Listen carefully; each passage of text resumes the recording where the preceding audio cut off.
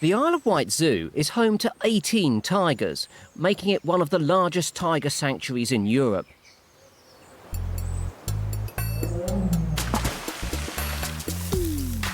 Every day, the zoo's staff have to keep the big cats mentally and physically stimulated. And they do that with different foods, objects and props. Today, they're going to work with tigress Zena on a game which will use all of her muscles and her predatory instincts. It's tiger tug-of-war. 6 of the female keepers are going to take on the 12-year-old tigress to see just how strong she really is. What's going to happen is Zena's going to come out, all right, and she's going to grab the meat and she's going to pull back. So you guys have got to anchor yourselves to reinforce it. So what we want is a little bit of, you've got to fight, all right.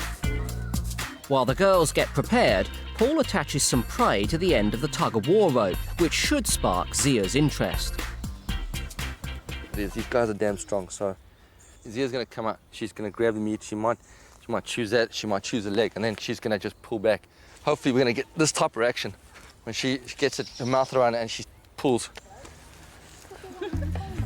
That's right. Carry on like that, big boy. The prey is secured to the 15-metre rope, and Zena is let in. OK, Charlotte! Zena quickly spots the new addition to her enclosure. And the moment it starts moving, her instincts kick in. Okay. Right, there she goes. Hold it. She grabs the prey and holds on. Right, come on, girl. Ready? Hey! You're we made it! In the wild, the tiger's powerful limbs and flexible backbone help them to chase their prey over short distances. But it's their strong jaws and teeth that enable these hunters to catch and feed on their victims so successfully. Basically, she's just waiting for a response from us. We can't do anything because she's holding everyone back. It's just a matter of time before she decides to let go. And we grab the meat and run, and then we just got to let the rope run and then just try to hold on for a bit to see if we get another response out of it. It's just a matter of waiting. She could just run with it if she wanted to. It's a matter of just seeing what she does. Girl power. Yeah. Girl power, yeah. Zena lets go of the rope for just a second. Come on. Giving the girls the chance to try and pull again. Okay, give her a little bit of slack, like she. Okay, she's gonna pull back. Just give her a little bit of slack. Give her a little bit of slack. She's gonna work for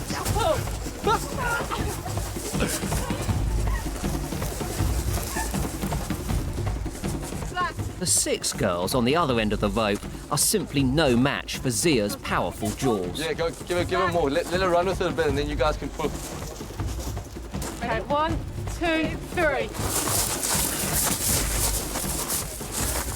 This is actually a full-body workout for Zena. As well as her jaw, she's using her neck, her back, and her leg muscles. All right, let's let her slack again. Let's just let her, just relax a bit, all right? But hold on to the rope because she's gonna decide to get up and pull back. So we'll just see what happens. She's taking the rope with her now. The whole challenge of it is trying to outthink the cat because you're dealing with someone with phenomenal amount of strength, you know, that's behind it. So the next thing is to tackle one of the males, and that'll be really interesting. See just exactly what we're dealing with as well, because they're probably going to react far differently than what Zena would do.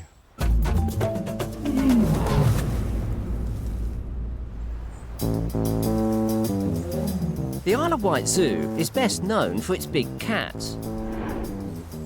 But also living here are primates and a bunch of creepy crawlies and reptiles that live in part of the zoo called Jeepers Creepers.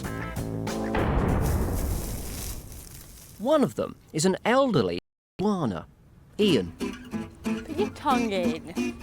Put your tongue in. Of late, he's been feeling out of sorts, so primate supervisor Lisa is nursing him back to health. Ian, a few months ago, suffered an infection in 2 vertebrae of his spinal column. And what this was doing, it caused an infection which causes swelling, and that was pressing down on his spinal column, which effectively paralysed his back legs. He's been treated for the infection, but the problem with reptiles, their metabolism is very, very slow. So what would be a week course of antibiotics for us isn't with reptiles, it's months worth of treatment. The infection through the last X-ray has gone down, so there's now no reason for his legs to be paralysed. But because it's been months, he's now got muscle wastage in the back of his legs. He's got the use back, so we're now starting just to help him build up his muscles in the back of his legs. And through the vet advice, it was in the water because it will relax him because it takes all the weight off his body, and we can slowly start working, trying to get the muscles in his back legs going again. Isn't it, Ian? Yes. Now, iguanas are very good swimmers, but in the wild they don't choose to spend that much time in the water. They only tend to take a dip to seek protection from predators. He seems to be enjoying it quite a bit at the moment because he's new to it. We're giving him the water treatment every other day, but he's having work done in his legs every morning to see if we can get some use of his back legs. He's now getting more of a kickback in his back feet. So it is slowly working, but it's just such a long process with reptiles. It's quite relaxing for me as well. More and more people are keeping reptiles as pets, but medically there's little known about them, so they're difficult to treat. For Ian, though, the hydrotherapy seems to be working, and at the end of the session, he gets to enjoy his favourite pastime. Isn't that nice? Normally we come out and he can have a sunbathe with us because obviously they thoroughly enjoy the sun, and then it'll be back home for him.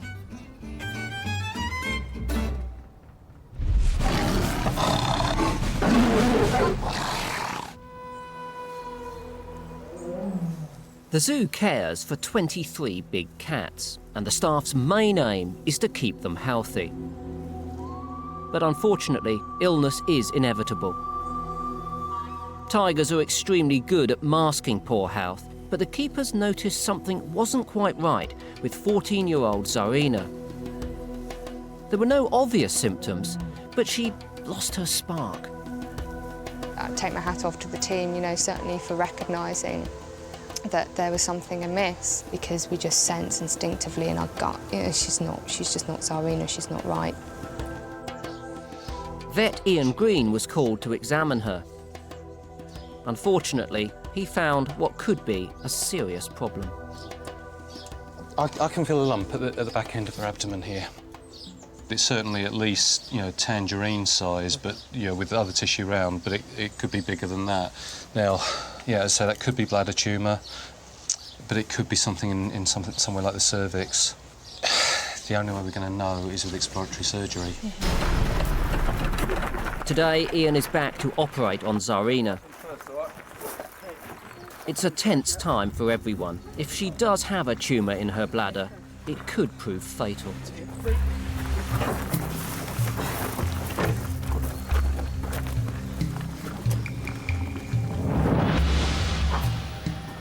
Operating on the cats needs to be done on site, and there's an added pressure because vet Ian has to work in a makeshift surgery.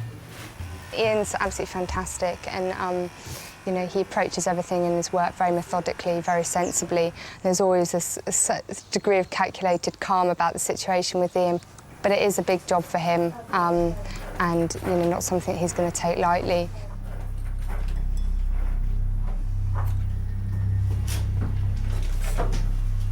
As soon as Ian opens Zena, he finds the lump. And it's massive. But it's not in the bladder, as he feared. Bladder's down here and it's tiny. Okay, so the mass is in her uterus. My worst fears were that I would find that the mass that we'd felt in her abdomen was going to be a bladder tumour, and the majority of bladder tumours tend to be nasty and inoperable. That was my worst fear. Thankfully, that's not been the case, and the mass that we were feeling is a mass in the body of her uterus. It's been a tough week for us all because we didn't know this morning, is that the last time that we're going to be seeing our friend basically, you know, alive. If Ian had found that the tumour was in the bladder and it was inoperable, then obviously it would have only left us one decision to make, and we'd already discussed that. The mass appears to be confined to Zarina's uterus. Ian now needs to ensure there are no more lumps and then decide what to do next. At the Isle of Wight Zoo in the medical room, vet Ian Green has found a huge mass in tigress Zarina's uterus. He now needs to ensure there are no further problems. Quick feel. As far as I can forwards. Anything else? Looking for any second. Anything abnormal? Okay, nothing abnormal within reach. And there's no evidence that it's broken out through the wall of the uterus, you know, which is good as well. Sometimes some tumours will break out through the wall of an organ and then seed all around the inside of the abdomen, but there's no evidence that it's done that. Ian can't find any further lumps, but there could be a problem with one of her ovaries. See the difference in size between two ovaries? This is her right ovary and that's her left ovary. Okay, so there could be something, abnormal in there. A lot of tumours, uterine tumours and things, are severely hormonally influenced. And so it may be that whatever's going on in this ovary is pumping out abnormal levels of hormone. To everyone's relief, the mass is confined to her uterus, with the exception of a possible tumour in her ovary. The best option for Zarina will be to have an ovariohysterectomy. This means removing her uterus and her ovaries. It's all removable and we've got the potential for curing this animal. A biopsy will need to be sent off to determine whether the mass is benign or malignant, but with the lump fully removed, Zarina will hopefully make a full recovery.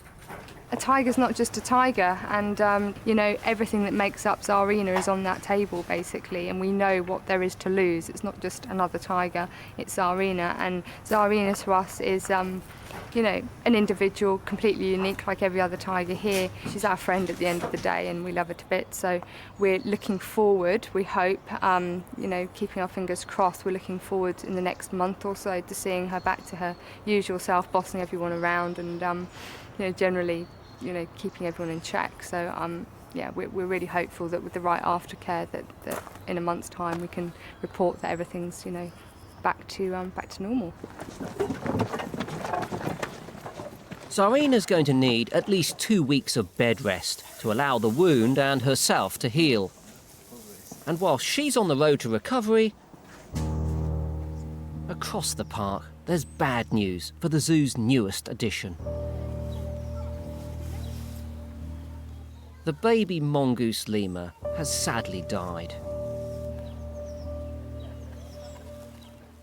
Mum Sawyer was the perfect mother for the first 4 days of the baby's life. But on the 5th morning, the keepers found the infant alone on the floor. For its own safety, it had to be taken away and hand-reared. Lisa took Bean home in the evening and was feeding every 1.5 to 2 hours around the clock, small amounts and often, to get the nutrition in and rehydrate the little thing. But unfortunately, in the early hours of the morning, we lost the fight for the baby. Things deteriorated quite quickly during the course of the night, and with something that tiny and that young, then really you're living on a knife's edge basically when you're trying to hand raise. And it was kind of expected in a sense, but obviously we were hoping for the best as well, so we're all feeling pretty sad today. A post-mortem revealed the baby was a boy and had died from an abnormality in its throat. This meant that he couldn't swallow properly or get nutrients into his stomach. Now, in the wild, mongoose lemurs' numbers are dangerously low, so it's vital they breed in captivity. And of course, whilst it's very sad that this little one didn't make it, Charlotte is confident that Sawyer should have another chance at motherhood. I think she really did try her best to get that baby on board, but there was, a defect there, an abnormality in its anatomy, which was disallowing it to actually to live. Basically, at the end of the day, there's nothing that either we or the mother could have done. We're very much inspired to continue with this group, and we will definitely be allowing them to breed again. And fingers crossed, this time next year we're going to have some more positive news of a baby that actually survives. So this was, it was one of those things. Basically, these things happen, bad luck. But I think it will be the case that next year we'll have hopefully another mongoose lemur that we can be welcoming into the world.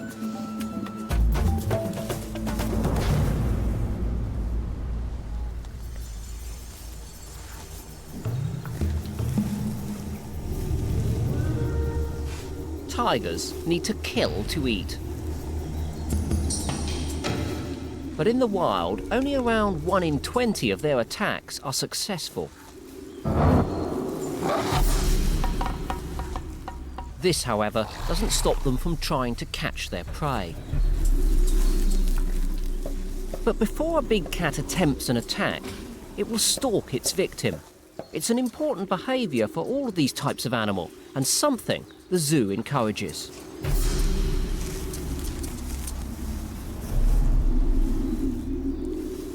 A cat, when it stalks, essentially it's using what it can to get as close as it can to its prey. Because quite often in the cat world, the cats, 90% of the time, don't run as fast as the mammals that they catch will run.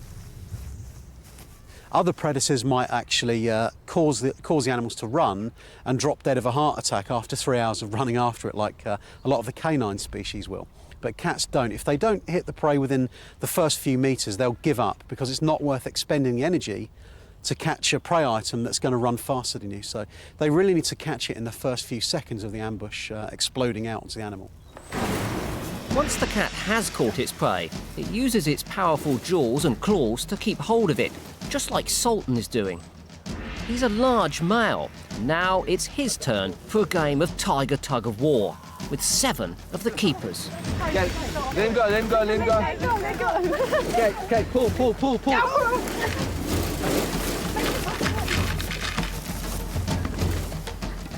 A tiger's canine teeth can reach 3 inches in length, and 1 bite is enough to kill its prey. Their claws can be 1.5 inches long, and they're as sharp as razors. Unless a tiger wants to let go of its victim, it doesn't usually get away. What he's doing is working all his core muscles, right down from the muscles that are on the claws, all up his legs, his abdomen, his back, his neck. It's his jaw muscles, every little bit of muscles working, even the movement of his tail, is helping him balance and getting his grip. All right, let him go. So it's all working really quite well from that point of view. Okay, let's hold him. All right, you guys ready? Yeah. Okay, go. Sultan weighs an impressive 40 stone, but male tigers can reach up to 50 stone and have the traction pull of around 15 men. Right, straight up.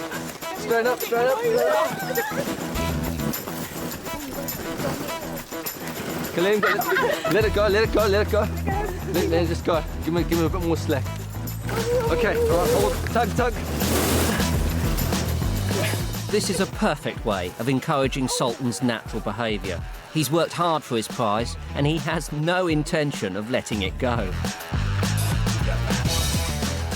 But it seems the keepers aren't going to give up without a fight either.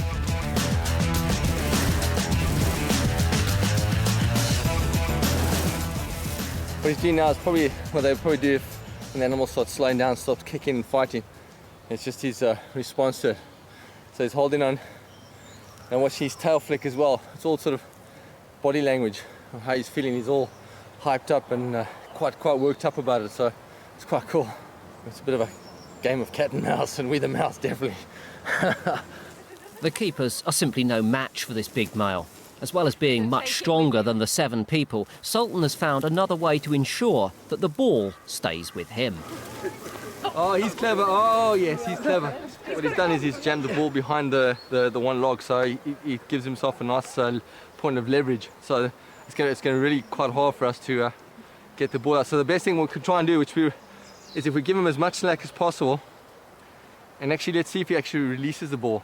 And then we're going to try and pull it in as quick as possible, so there's a bit of movement as well.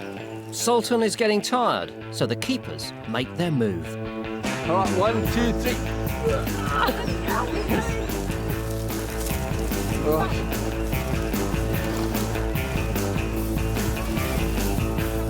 But it seems he was just having a well-deserved break. Sultan is the clear winner.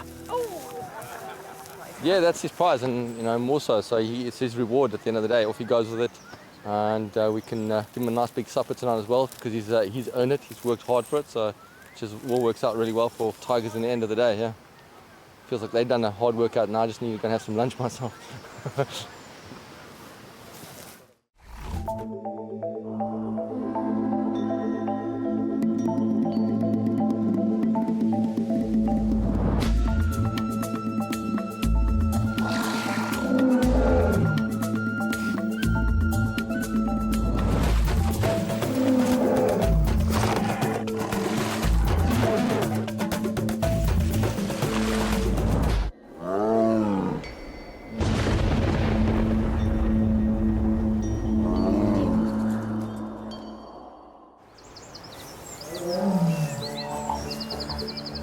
The Isle of Wight Zoo is home to 18 tigers, and this morning, one of them isn't feeling well. Go ahead. Hi Charlotte, when we let Zena out, we had a look at her coming out and her mouth didn't look that great this morning. She had quite a lot of saliva coming out of it, as well as looked the area where we saw the problem with the tooth. Yeah, okay, Paul, I'm on my way. It's been 2 weeks since the 14-year-old tigress had her hysterectomy. Vet Ian Green removed a benign tumour from her uterus, and she has been recovering well. But the team have now noticed she's suffering from painful teeth. Hi, Paul. So, how are we looking with her teeth? Well, I mean, as it is, just from watching it coming out in it, there's very much a certain amount of discomfort. She spends a lot of time licking that area. Yeah. And she's even using her paw a bit to sort of rub it. So I think there's a fair amount of discomfort. Right, well, I think we should contact Ian then and then put up a plan for probably knocking her out again, and it sounds like it might be an extraction job. Probably. Zarina seems to be in a lot of pain, so the operation will happen today.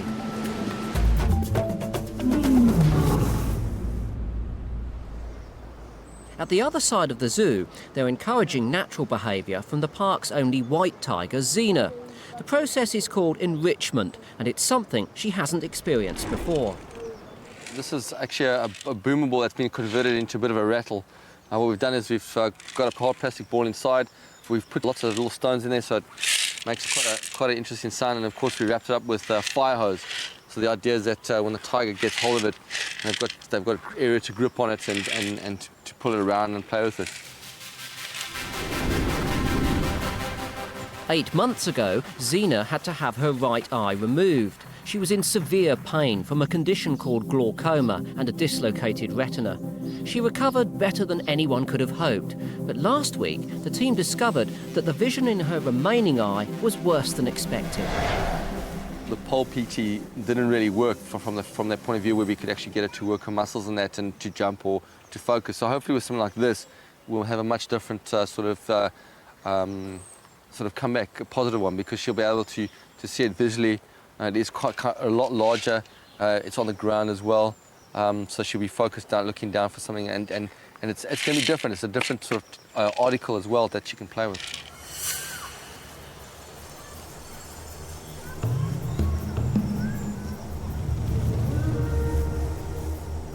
Unfortunately, Zena doesn't spot the new toy. But she can smell something different, and guided by scent, she tests the new object. But she's not sure about the unfamiliar sound. Although Zena's sight is impaired, she does have acute hearing. Tigers' lower levels are set at a lower frequency than ours, but their upper limits are about 6 or 7 times higher. The team hope that this noisy enrichment will be perfect for Zena. With cats, generally, you've got to be adaptive. You've got to try and outthink them in every possible way. Zena, like all the other tigers, her eyes are attached to her stomach. She just sees everything as food as possible. Meat is the one thing that they'll all love, but you can't keep feeding them meat. You've got to try and find other ways to stimulate them. So we use the boom balls in the water in that form. It's like she'll go in and she grabs it out and she rolls it around and pulls it around with her. She gets her claws in and it looks really quite cool when she does it. It's the same with all cats, right from even the lions, who we give them cardboard boxes. They act like a sort of overgrown domestic cat at the end of the day. They all love something that they can destroy. But destroying her new toy is the last thing on Zena's mind. The ball is surrounded by fire hose, and Zena's not keen on its taste or its texture. As she's not interested, her sister Zia is let in to have a go.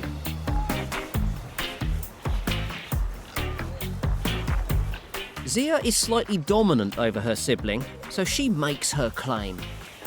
Oi, Zia, come back here. Zia can be a cat that's quite hard to please, but it seems she's taken with this new texture.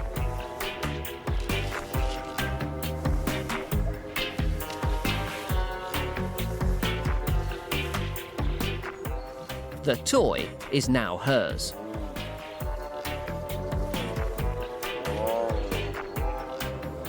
But I think by introducing Zia into it, what we've done is also create a little bit of a competition between the two, because they both want, when they got it, they seem to establish it's their toy, even though they don't know what to do with it. I think it's more about sort of maybe more mentally stimulating than physical work, and also it's interesting to see that there's a dominant structure as well with these two females, so it's quite nice.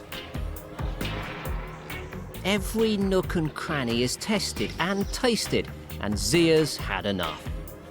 Zena wasn't initially interested, but if it's good enough for her sister, then it's good enough for her too.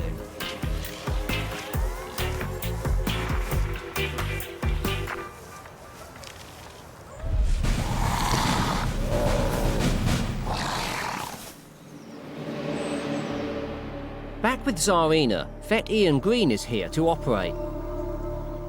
It's a worrying time for the team. It hasn't been long since she had her hysterectomy, and anaesthetics close together can be dangerous. But Zarina is feeling really unwell, so it's the only option. The 14-year-old has got wise to Ian's presence with a dart gun, so today he's opted to use the small window in her bedroom.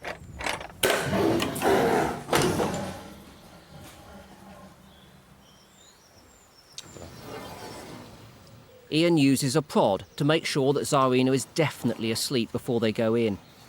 She's notoriously difficult to anaesthetise, and if he didn't do this check, the consequences could be disastrous. It's just moved a bit when I... Okay, more time. A couple more minutes. Yeah.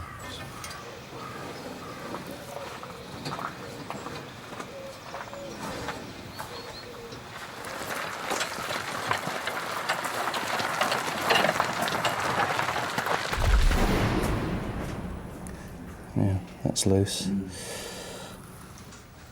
Within just a few minutes, Ian can see the problem is worse than they thought. What I've found is that we've had quite a progression of disease going on here since she was spayed. One of her teeth further back is now actually loose in its sockets. The canine here is markedly loose. Yeah, and there's clearly a lot of pus and blood coming out. Now, hopefully it is just purely as a result of infection. The second possibility, though, and that infection is tracked back along the bone to cause loosening of the other tooth. The other possibility is, could there be tumour there? And there's insufficient swelling for me to be convinced on the possibility of tumour, and certainly this is all consistent with just infection. So that's what I'm hopeful of. Blood and tissue samples from the infected area will show the extent of the infection. The first tooth that Ian removes is a small carnassial tooth. These are the ones that tear meat. Tigers have 12 of these, so removing just one shouldn't cause Zena too many problems. I've taken one out so far, and a large canine tooth is going to come out now. At 8 times the size of a human tooth, a tiger canine should be harder to remove. It's so loose, I mean, it's not... Wow. I can feel that. Yeah.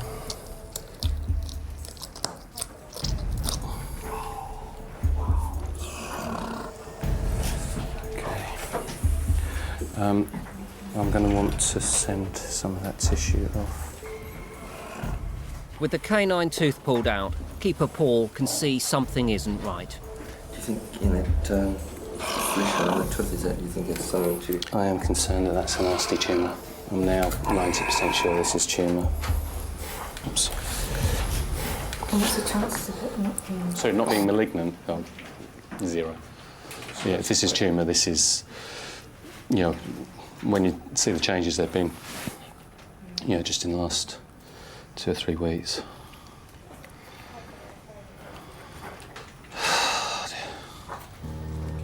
It's been a difficult few weeks for Zena, so this new possible diagnosis is devastating to Charlotte and the team. If it is tumour, then we're talking about cancer.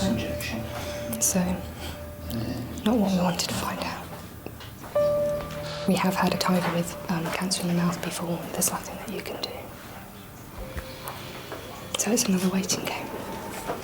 Find out the results from the lab. We'll have that result back in a handful of days, and unless, I mean, if she has perked up dramatically as a consequence of taking these out, okay, she can keep going a little bit longer, but if it is malignant tumour, we are going to have to call it a day. Yeah.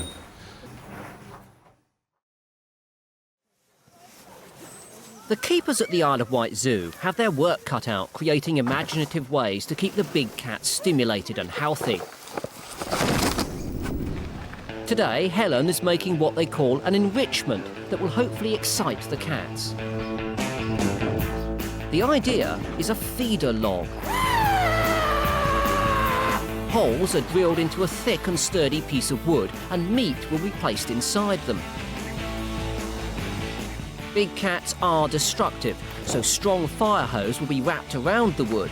This will also give the cats something to grip onto as they attack the object.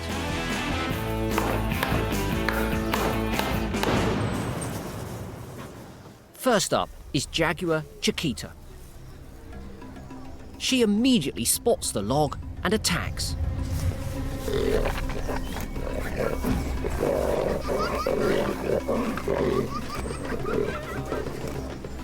A jaguar is the ultimate predator, and in the wild, almost no prey is too ambitious to target. This enrichment is proving extremely effective. Chiquita's using all of her muscles, and that growling noise is an aggressive and possessive vocalization.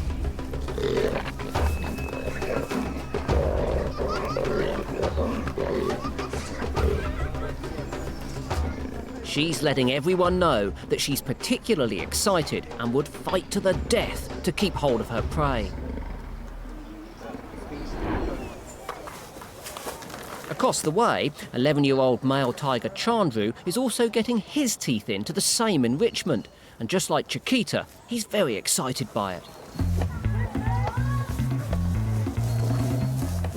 The meat hidden in the holes is horse meat. It's very pungent and a particular favourite with the big cats. Tiger teeth are 8 times larger than ours and extremely strong.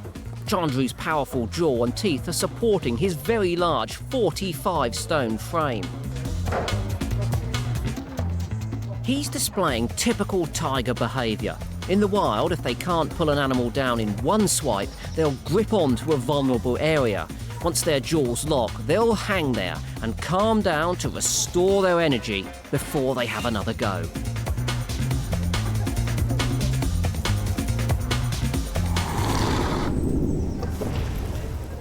Back with jaguar Chiquita. She's still engrossed with her enrichment.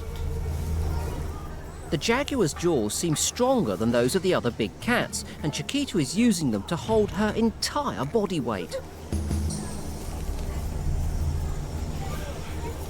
This constant tension is a brilliant physical workout for Chiquita. She's also using her brain, ears, and her sense of smell. Everything is being put to good use, even her sense of spatial awareness. She is clearly trying to protect her kill from anyone who might want to take it away from her. It was a very aggressive attack on it. It was almost as if it was a living, breathing animal in her enclosure. It's just the most amazing response, really, yes. She grabbed it with the front legs and used that raking action that they do in the wild with their back feet, and like your domestic cat will. As you grab hold of it, it rakes with its back feet. Now, the cats were doing almost exactly that action. The action with the rear feet is to disembowel the prey from underneath. So what we saw there was a very natural response to something that they really loved and wanted to get hold of.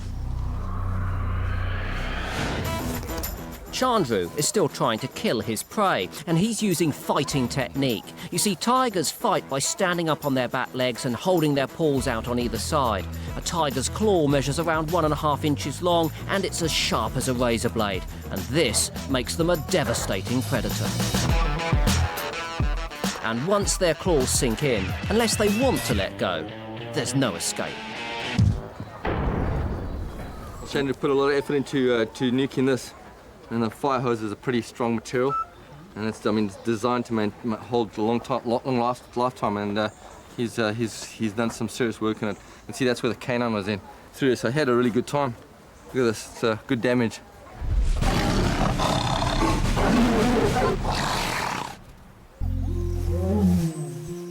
The Isle of Wight Zoo stopped its tiger breeding programme several years ago to create a centre for unwanted, surplus or rescued big cats, all in need of long-term care. Their mission to home more tigers continues, and in the office, animal manager Charlotte has some good news.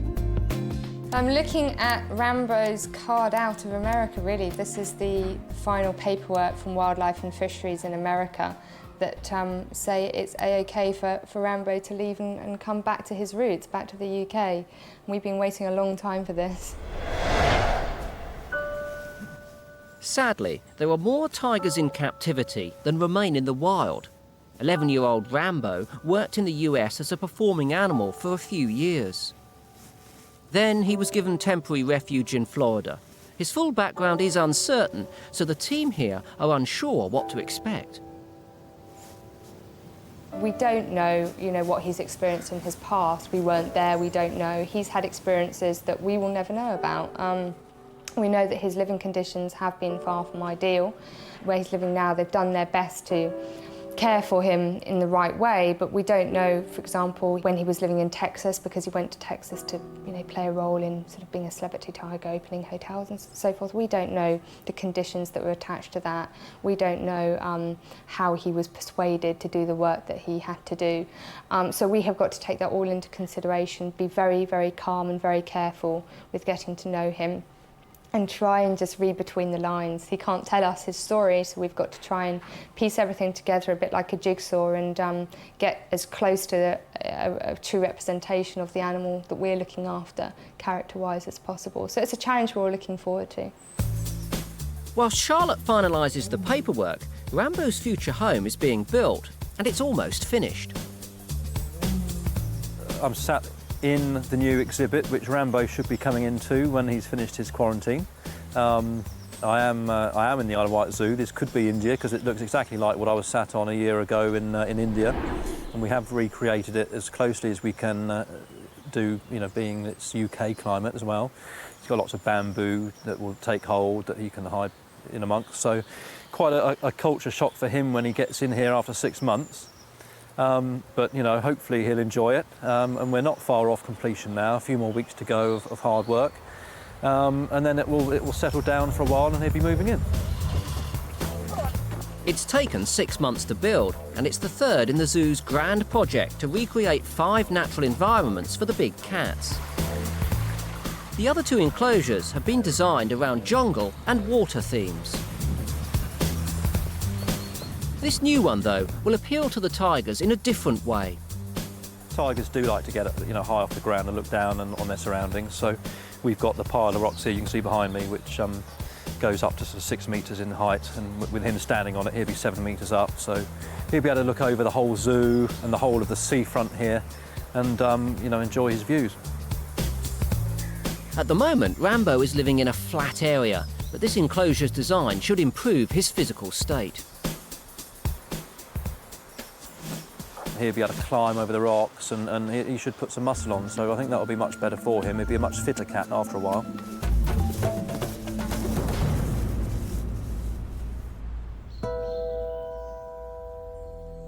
It's been a few days since Tigress Zarina's operation to remove infected teeth.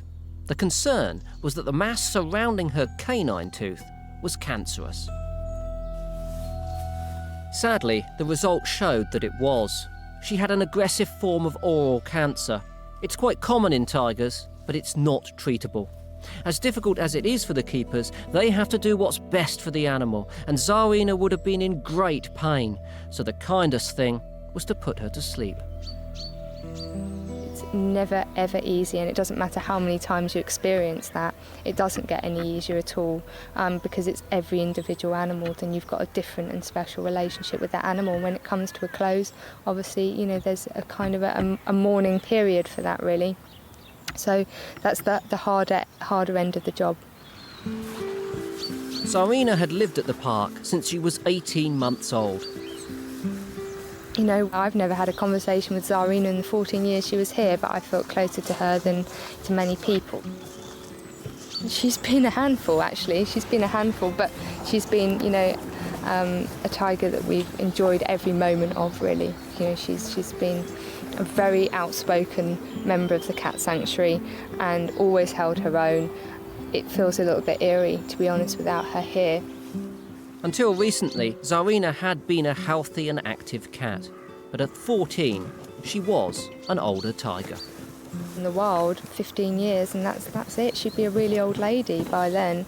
So, to get to the age of 14 years, then that's not a bad run in the full scheme of things. Although, obviously, when we're looking at things from quite a subjective angle, we feel dreadful, and that's only natural, and that feeling is going to last for a while, but then we're going to be able to reflect and look back and know that when Zarina was with us here, we gave her good quality of life, and we were with her, in fact, right to the end, which is important for us as well.